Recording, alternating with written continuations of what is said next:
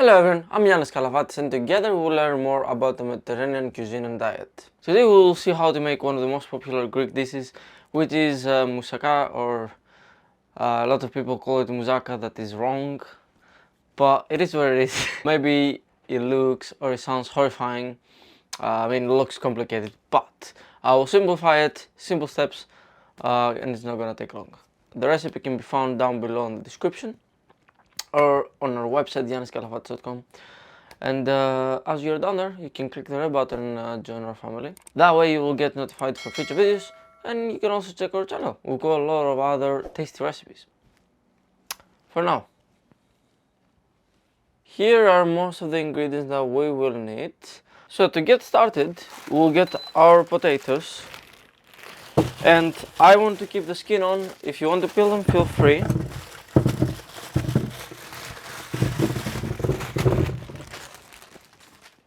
And we only gonna just wash them, and we're gonna boil them as they are. We just gotta wash them well because we're gonna use them with skin.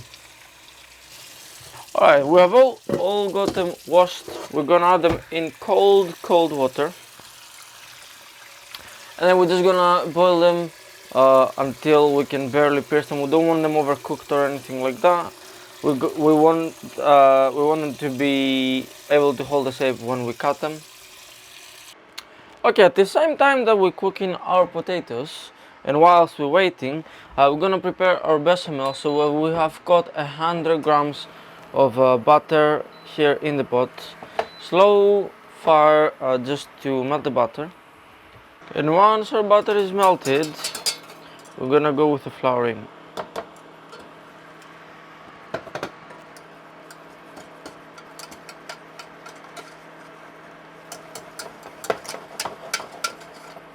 And what we have made here is the roux.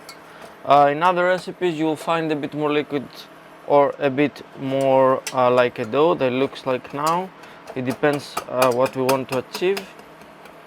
We'll cook it a little bit, but not too much, because it will change the color. We just don't want this intense flour flavor. And right here next to it we have got our cloudy looking milk, which is not milk, is homemade oat milk, just because I'm trying to make it with less dairy, but you can use normal milk really.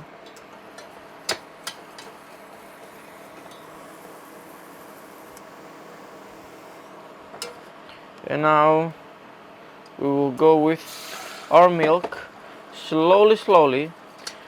Okay, here is a big tip that will save your life. Never ever add it all at once, otherwise you'll have so many lumps and then it'll burn, it'll be horrible.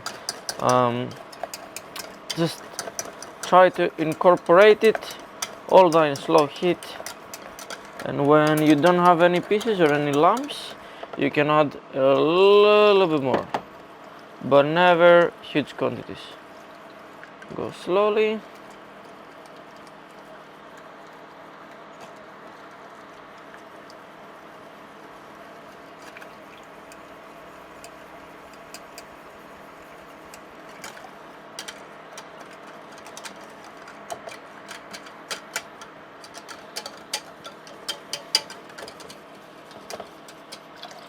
I'll add a little bit more.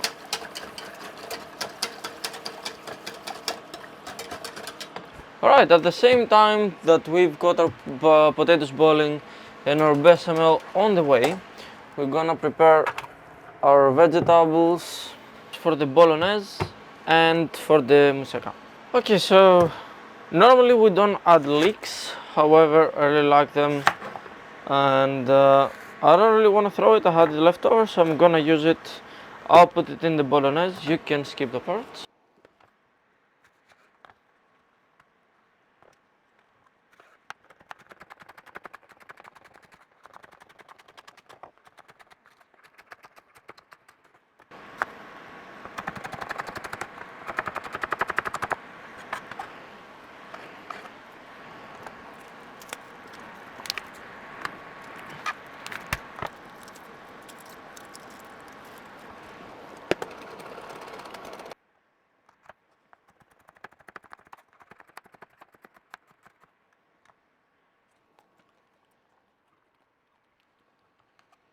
And after we have our veg ready, we will go for aubergine. We just want some nice slices, slightly thick. Now here it depends how much cooked you like. If you like to feel the veg a bit in your mouth, I would say go slightly thicker, so they cook a bit kind of less. But if you want them a bit more,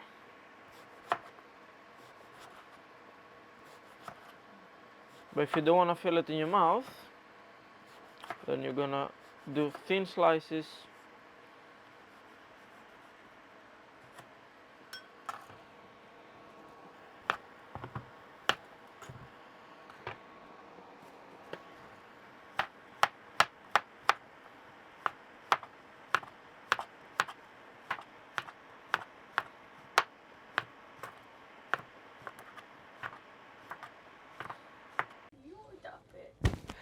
Okay, so we've got our beautiful bechamel finally thickened up. Make sure you follow the recipe. If it's just still a bit liquid, I mean you can see there's a little bit liquid, but that once it gets a bit colder, it will thicken up even more. If it's still a bit liquid for you and you want it thicker, you can do the little trick that we did on the previous video. And if you haven't watched the previous video, that's your fault. No, I'm joking. The link it'll pop in somewhere here, or you can check our channel. We have it all done, so we're gonna season it with a good amount of nutmeg, a bit of allspice or pimento, whatever you prefer, and then we're gonna get some black pepper,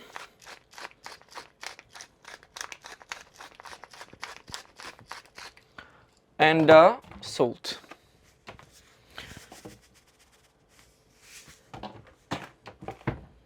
And now we're gonna mix everything together. And now the last part, we have made the bechamel, right? There's a last part. What we need to do is we're gonna get a hard cheese. You can get Greek cheese. I'm using a goat cheese that comes from Somerset, but any hard cheese will do. And we're gonna grate a good amount. That will help a lot to the color on the final result. Also, we're gonna cool down the mix, so when we add our eggs, it's not gonna make scrambled eggs. That's something very important. You can also go for dairy-free cheese if you like, but goat cheese like this don't have a lot of lactose in there, so you're pretty much safe.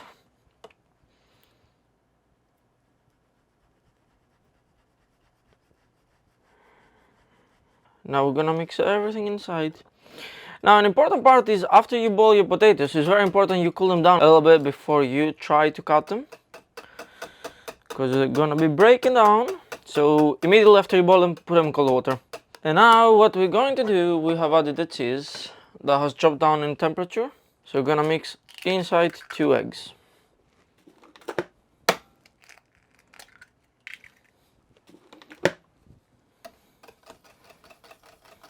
And now that one we'll push it on the side and we'll leave it to cool down a little bit. Now before we do our last prep, which will be the bolognese, a quick bolognese sauce, we'll switch on the oven on 200 degrees to preheat. Alright, we're gonna get a lot of olive oil into our pan, switch on the heat on strong. Our oil is hot, we will get all of our veg inside. You will see I've put carrot, and that's so we will avoid putting sugar in there. Now that's optional. A lot of people when they make moussaka they put a lot of sugar because it's tomato and usually sour.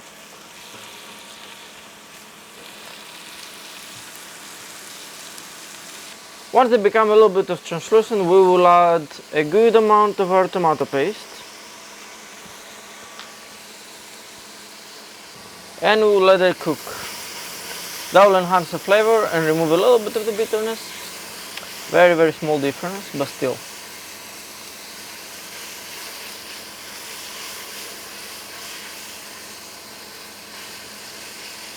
We'll add our mincemeat inside.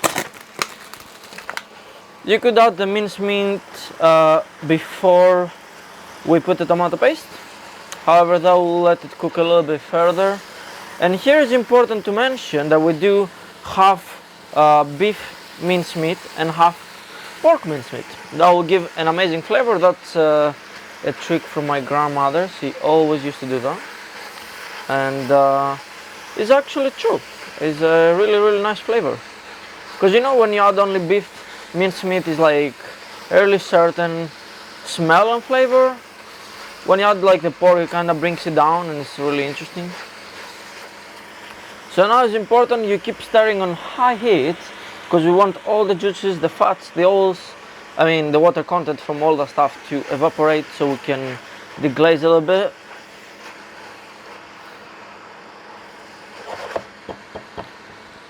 Okay, now at the same time that we're cooking our mincemeat, it's time to cut the potatoes. So obviously we can remove all the bad parts, because we just washed it, we didn't peel them. That's obviously a choice, but I believe on the skin there's a lot of nutrition. Is actually a waste to throw away all the stuff. So we're looking for about same size slices as we did with the courgette and the aubergine. We don't mind about ends or a little bit of extra skin. We keep it as it is.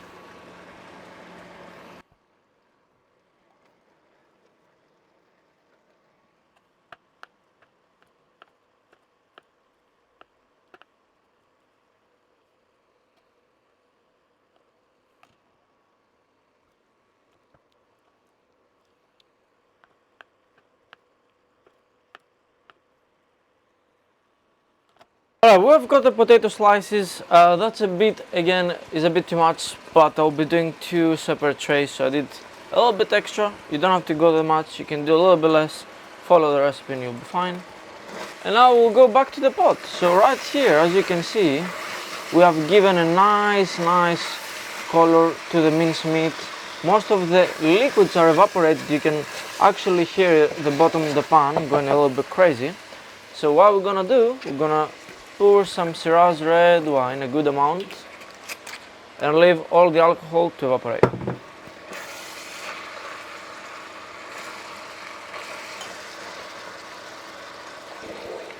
Again, it maybe sounds a bit extra, but that will pay off on the flavor.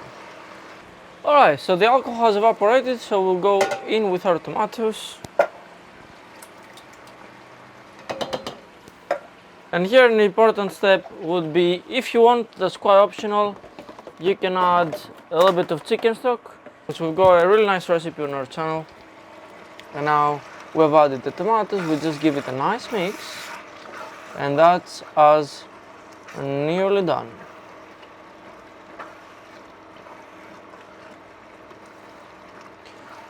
Again, that's not exactly a proper bolognese, it's a really quick short version of it.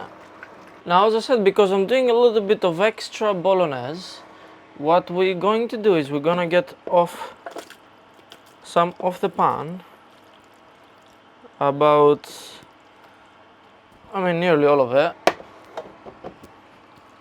And in here, we'll add a little bit of our bechamel, about 1.5 ladles, that much.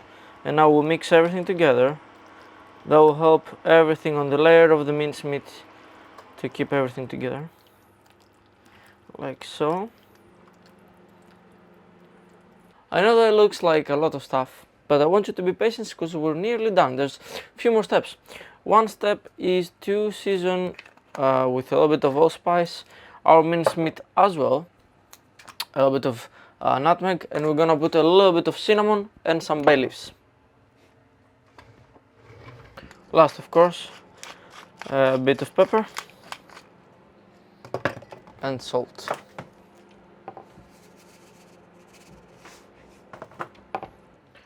We'll mix everything together and we'll leave it aside. Now, onto a big flat pan, we will put a drizzle of olive oil, just a tiny bit, and we'll go strong heat. So basically we just want to give some color to our vegetables. So put them in, get color, and then out, or straight onto the tray.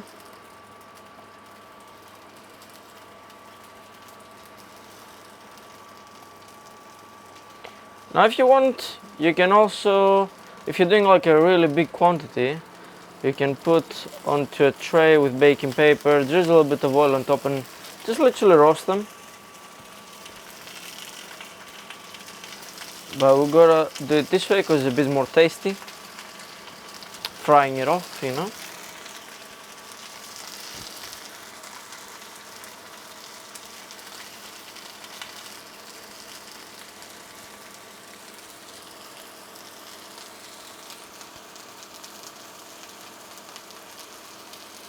Okay, so we're gonna drizzle a little bit of olive oil on our tray before we start putting our vegetables in.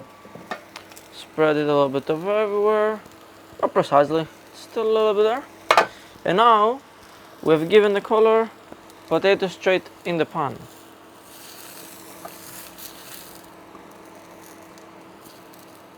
Now of course it's not necessary to be completely flat, then to be really precise, depends what you want to achieve.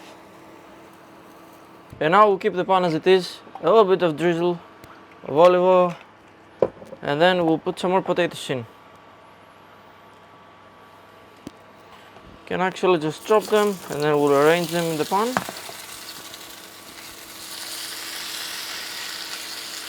Alright, so all our potatoes are done. Again, you can go with more color, you can go with less, but you need to remember we'll be cooking more in the oven. So you go as much as you prefer. And then we're gonna make a nice uneven layer on the bottom. Okay, and straight away we'll continue with our hot pan. Again, same process. We will drizzle a bit of oil, not much, and we'll go with our courgette.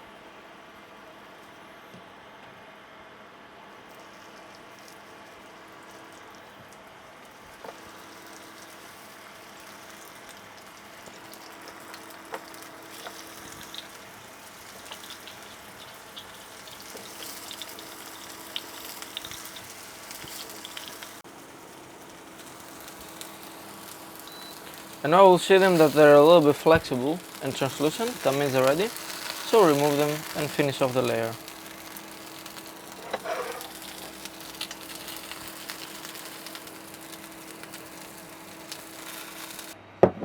And our aubergine in.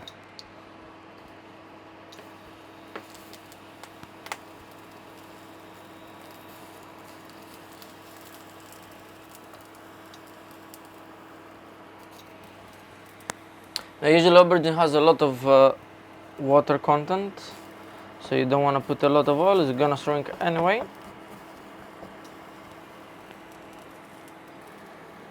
And now finally we get our aubergine done with beautiful color onto the tray.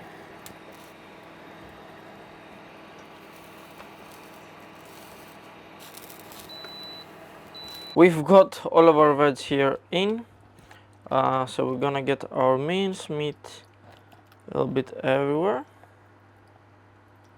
We're gonna spread it all over the place, corners, everywhere. Push it down a little bit as well. And last we'll finish with a bit of bechamel on the top.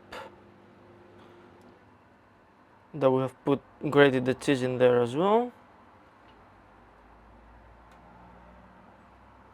Okay, now a last step, we're gonna hit it against the bench to get all the gaps. That will help not to overflow. And now we're ready to bake for about half an hour. Okay, our moussaka is ready. Obviously you can see me touching the tray, which means it's super cold. So as soon as we removed it from the oven, it has been sitting outside for about an hour and a half to 2 hours. And that's something really important. Obviously you can pierce it with a knife to see if it's cooked and all the vegetables and stuff.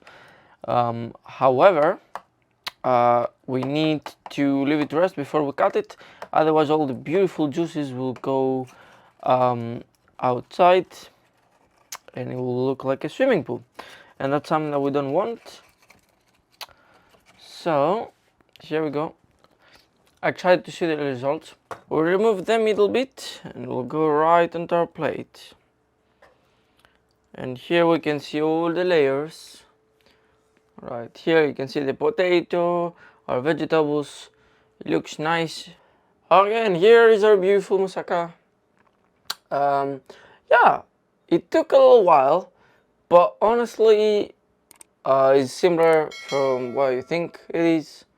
That's why we showed it in simple steps. Really tasty, super nice. Again, the recipe can be found down below the description or on our website. Other than that, thanks so much for watching and have a beautiful day.